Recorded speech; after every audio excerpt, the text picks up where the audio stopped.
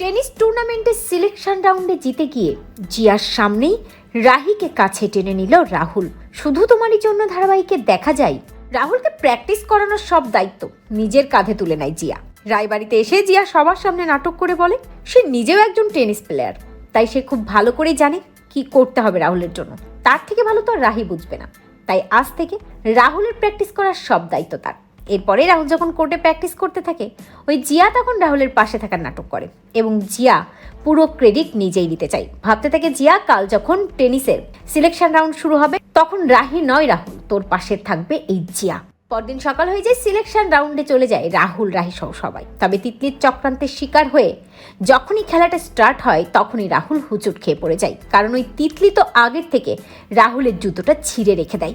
রাহুল এভাবে পড়ে যাওয়াতে বেশ অবাক হয় রাহি। ভাবতে থাকে এটা কি করে সম্ভব, রাহুলের তো এভাবে পড়ে যাওয়ার কথা না, বেশ প্র্যাকটিস করছিল রাহুল, নিজের পায়ে মোটামুটি হাঁটছিল, এভাবে পড়ে কেন গেল। দূরে দাঁড়িয়ে তিতলি দেখে আর মজা পায়। ভাবতে থাকে রাহুল খেলা তো শুরু হয়ে গেছে না, দিদিভাই তোকে কোনো ক্রেডিট আমি নিতেই দেবো না, এবং সবাই তোর দিকে এবার আঙুল তুলবে, তোকে ওই বাড়ি থেকে বেরও করে দেবে।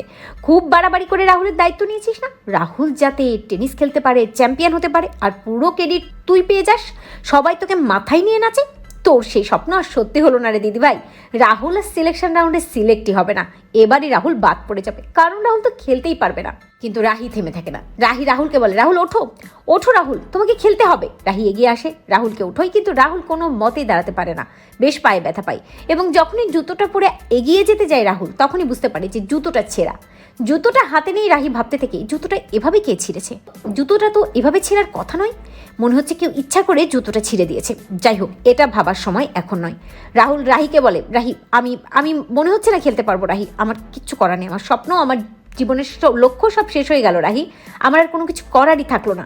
রাহুলের বাবা মেমো সবাই আপসেট হয়ে যায়, ভাবতে থেকে এখন কি করবে, আর তো কোনো উপায় নেই, রাহুল খেলবেই বা কি করে। ঠিক তখনই রাহি রাহুলকে বলে, রাহুল আমি আসছি, আমি 1 মিনিট আসছি।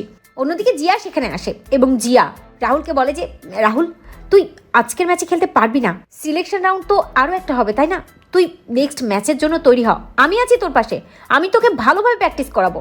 রাহি তোকে ভুল পথে পরিচালনা করিয়েছে, এটা হয়নি একদমই, আমি যখন দায়িত্ব নিয়েছি এবার আমিই তোকে দেখবি সবটা ঠিক করে দেবো, আর তোকে দিয়ে আমি খেলাবো, তুই মাঠে খেলবি, আর সেই প্র্যাকটিস করার দায়িত্ব আমার, সবকিছু আমরা নতুনভাবে সাজাবো, কিন্তু আজকের ম্যাচের জন্য আমার মনে হয় তুই প্রস্তুত না। ঠিক তখনই এগিয়ে আসে রাহি এবং রাহুলকে বলে রাহুল খেলবে, আর রাহুল আজকের ম্যাচের জন্যই প্রস্তুত। জিয়া রাহিকে বলে, এটা কি করে সম্ভব রাহি, বাজে কেন বকছো, তুমি দেখছো না যে রাহুল কোনোভাবেই খেলতে পারবে না, যে জুতোটা পায়ে দিয়ে রাহুল খেলে সেই জুতোটাও ছিঁড়ে গেছে, তাহলে ও কি করে খেলবে আজকে, ও নেক্সট ম্যাচে খেলবে, আর সেটা আমি দেখে নেব। রাহি জেদ করে সবার সামনে বলে রাহুল আজকের ম্যাচে খেলবে আর এই জুতোটা পরে খেলবে।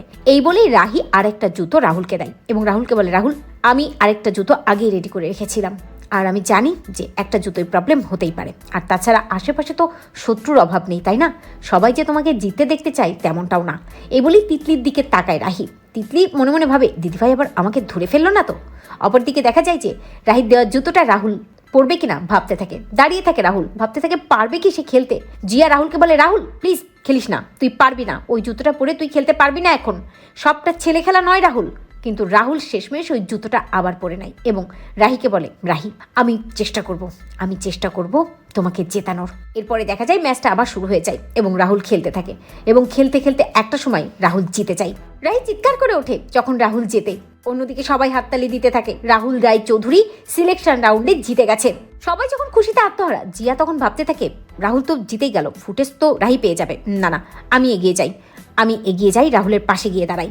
এরপরেই দেখা যায় সাংবাদিকরা রাহুলকে ঘিরে ধরে এবং রাহুলকে বলে যে, রাহুল রায় চৌধুরী আপনি বলুন আজকে কি করে এই অসাধ্য সাধন করলেন আপনি, আজকে তো আপনার খেলতে পারারই কথা না, কি করে পারলেন আপনি, কে আছে আপনার এই সফলতার পেছনে, শুনেছি সব সফলতার পেছনে নাকি একজন নারী থাকে, তো আপনার জীবনে সেই নারীটা কে। ঠিক তখনই জিয়া এগিয়ে আসতে যায়, আর তখনই রাহুল রাহির দিকে তাকিয়ে বলে, আমার সফলতার পেছনে যে রয়েছে সে আমার স্ত্রী রাহি, আজ আমি রাহির জন্যই খেলতে পেরেছি।